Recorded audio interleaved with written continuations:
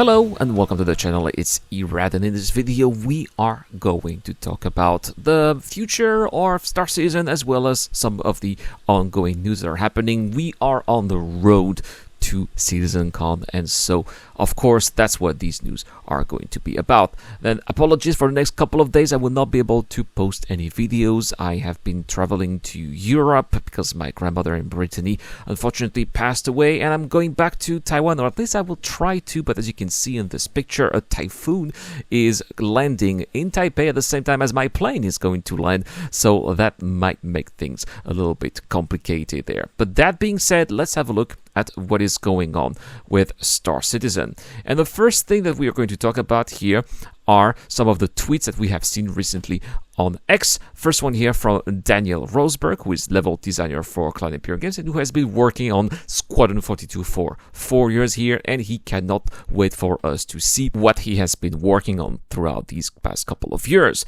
Jobs and Lee, who has been composing music for Squadron 42, also cannot wait for us to know what is going to be revealed during this Citizencon. And even Mark Hamill is also giving us some hints here on X, saying that he cannot wait for Squadron 42 as well. So we could definitely expect Squadron 42 to be a major feature of this year's Citizencon. In addition, the map for Squadron 42 has been revealed by Xylo, and as you can see here, right in the middle of the main lobby is a life-scale Hornet here, which of course makes sense because the Hornet is going to be very heavily featured in Squadron 42.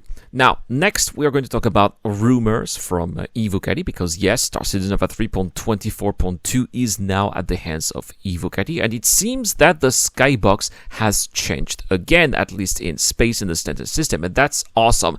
It's still green, but at least now it has more details and it also looks better. We can see some more stars and features in the background, and it doesn't look like the green seaweed soup that it kind of looked like before, so that's very satisfactory in my opinion.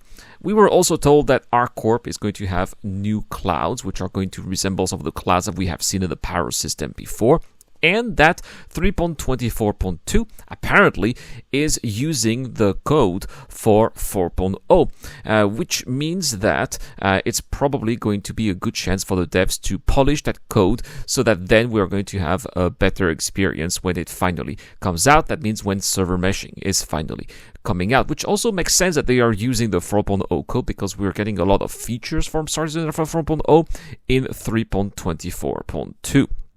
We've also learned from the Evocatis who have data mined the files here that new ships are coming in. If you do not want to know what these new ships are going to be, I strongly suggest you leave the video now, because these are going to be some potential spoilers or rumors, I would say. So I would suggest you guys to take all of that with a grain of salt. Apparently, there's going to be a Xi'an ghost ship that's going to be coming in the future. We don't know what kind of ship that's going to be. My guess is it's probably going to be an interdictor or a bounty hunter ship. But we are also going to have some ground vehicles, the Argo CSV and the Greycat CAN. Now, usually when we have Argo ships, those are quite utilitarian, so it wouldn't be a surprise to see that perhaps there should be a industrial version from Argo and a more civilian version from Greycat, but these two would be a very similar vehicle, perhaps the same. Also, 2 new vehicles are going to come from MISC or MISC, and the first one is going to be called, apparently, the MISC Fortune, which seems to be a salvage ship. I really hope that this is going to be a bigger salvage ship than the Vulture, something in between. The Reclaimer, of course, has a lot of capacity, well over 200, and you can put even more if you want, right? Versus the Vulture has only 12 in the cargo grid. Maybe we can have something around the range of 32 to 48 SCU in the cargo grid. I think that this could make a very nice alternative, something a bit more viable. So you have the Vulture as a starter and then the Fortune if you want to upgrade your ship. The other ship from Misk is apparently going to be called the Starlancer, which is said to be an explorer ship.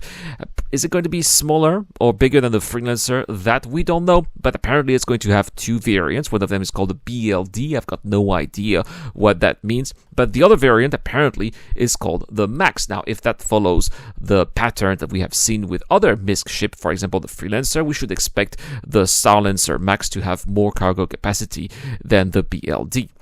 And the last of these ships is a Crusader ship, something that was hinted by John Crew at Bar Citizen, a starter Crusader ship, which is going to be called the Crusader Intrepid. So not much is known about this, apart that it's probably going to be doing the same thing that other starter ships are doing, and we should also suspect that it's going to have some gate packages associated with it. So there we have it, guys. These are the latest news regarding Star Citizen. If you enjoyed this video, let me know with a thumbs up. Don't forget to subscribe for more videos about Star Citizen.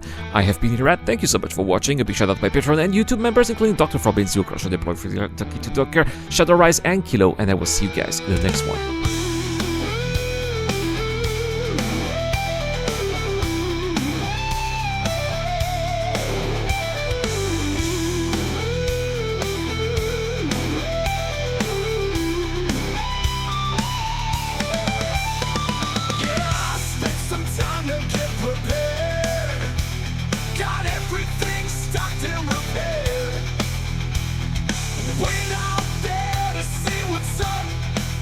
Next thing I knew, I see my ship blowing up. Yeah. So I got to make more cash per hour.